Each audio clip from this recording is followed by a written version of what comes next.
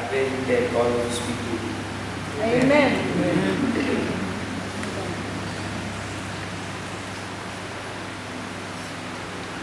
Good evening, brothers and sisters.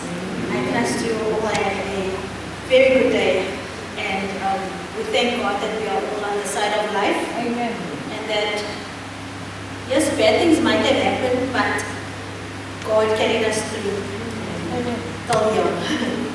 Thank you for all the testimonies. It really helps. Yeah. My topic this evening, that they may have life. Now, Satan, he hates our health message. Why does he hate it so much? Because it empowers individuals to thrive physically, mentally, and spiritually, which directly opposes his goals of destruction and bondage. The health message encourages stewardship of the body, which is considered a temple, and promotes a life of vitality that allows effective service to God. Satan's primary purpose is described as stealing, killing, and destroying, which he often achieves through sickness, infirmity, and addiction. A message that promotes health and prevents illness limits his ability to cause suffering and bring about death. He seeks to dominate the mind through the body. Satan attacks physical health to weaken the body, which in turn gives him better access to manipulate the mind and thoughts. A healthy body with a clear mind is better equipped to resist temptation and deception. He tries to diminish our spiritual power. The Bible teaches that our bodies are temples of the Holy Spirit. By promoting poor health through poor nutrition, addiction, or lack of rest, Satan seeks to defile this temple and hinder a person's ability to function spiritually. He stalls God's work. Physical sickness and burnout are used by Satan to sideline Christians, making them less effective in their daily ministries. He promotes dependence and not freedom. A healthy, disciplined lifestyle fosters independence from harmful addictions and unhealthy habits. Conversely, sickness and poor health often lead to bondage, fear, and hopelessness, which are tools used by the enemy to distance people from God. Our health message is liberating. Our health message is liberating, protective, and empowering, and it directly undermines Satan's efforts to ruin the human experience and distance people from God's plan for an abundant life. According to Sister White, the work of health reform is the Lord's means of lessening suffering in our world and for purifying His church. The Creator knows better than anyone else what His creatures need regarding to their health. Sin and its consequences is the main cause for the existence of disease. Cancer, heart attacks, strokes, and diabetes kill 27 million people every year. By the end of the year 2030, the number is expected to increase to 38.1 million according to the World Health Organization. And brothers and sisters, I physically see it daily because we are daily losing people in the hospital due to cancers, all various forms of cancers and strokes, heart attacks, the above.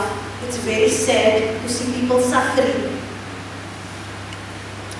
The abundant loving promised by Jesus in John 10 verses 10 as a full fulfillment through the acceptance and practice of the Adventist health message. I'm now going to give you a short testimony of my life with regards to my journey, my health journey.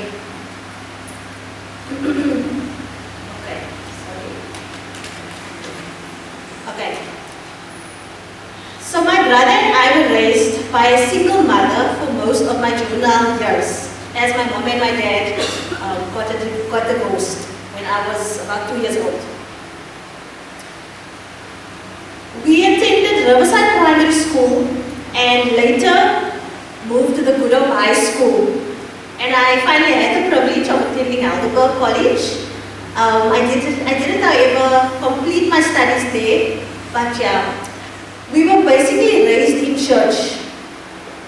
We did family worship every night. We prayed every morning.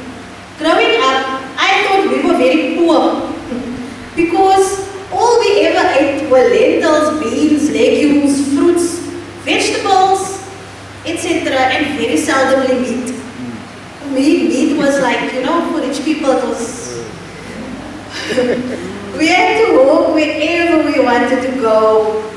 I remember walking for long, long distances. My mom would fetch us. My mom worked at Mary Harding next to Riverside Primary. So she would walk from work, get us at school. We'd walk all the way to Heidelberg where my grandma lived.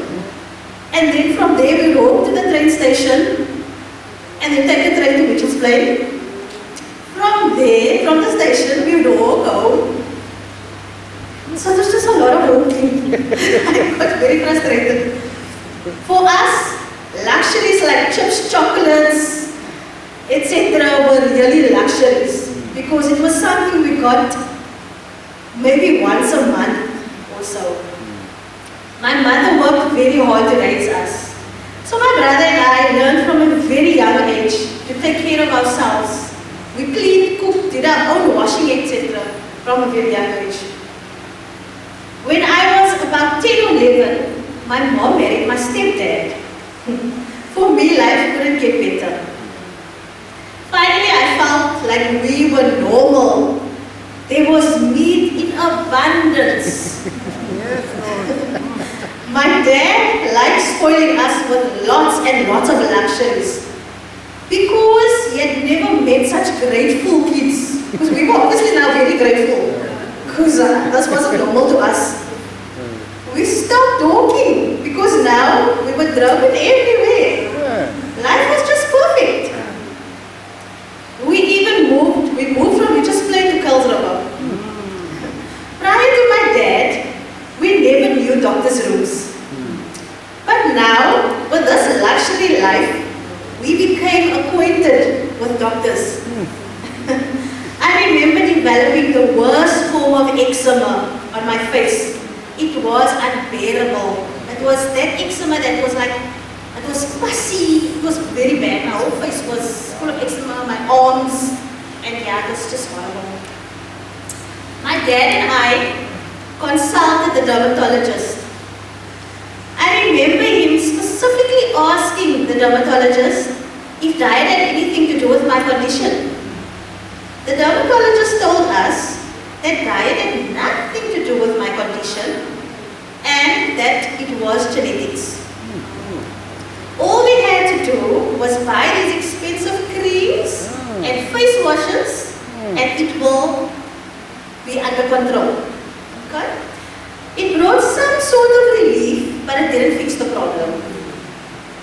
My mother then suggested that I try for 3 weeks to eat as we previously ate and see if it made a difference.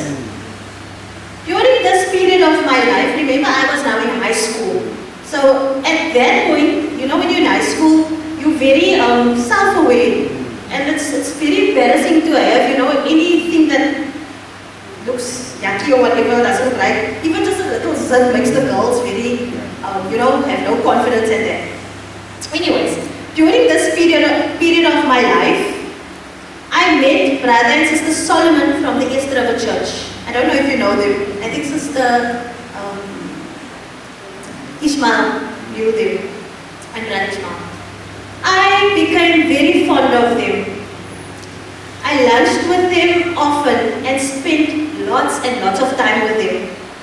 They told me that my skin condition had everything to do with what I was eating. They told me to stop eating sugar. Oh, sugar, really? Milk, meat, luxuries, etc. Drink water and herbal teas. Eat fruits, veg, nuts, grains, legumes, seeds, and your skin will clear up.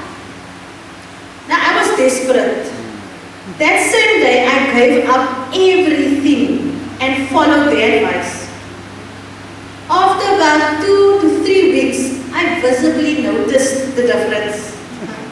Not only did my skin clear up, I felt lighter, I had energy, I started feeling more positive. People started noticing the difference and wanted to know what I was doing. Brothers and sisters, the only disappointing part of my experience was being ridiculed by our own church members. Don't worry, I wasn't at Cultural Church at that. They used to laugh at me and call me a budgie. They would say I joined the budgie clan. To make a long story short, I remained on a plant-based diet for 7 to 8 years. And once again, I never needed a doctor. The benefits were endless. It will take me all night to explain all the benefits.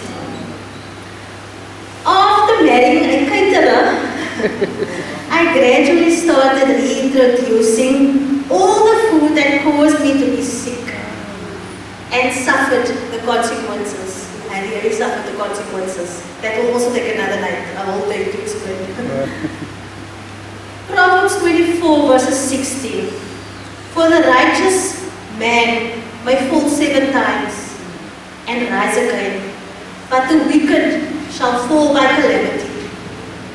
Even if you failed miserably today, don't stay down. Get up and try again tomorrow. Keep trying, don't quit. Now, I ask for God's guidance daily. And believe me, brothers and sisters, if you really earnestly ask God to help you make better health choices, He will help you.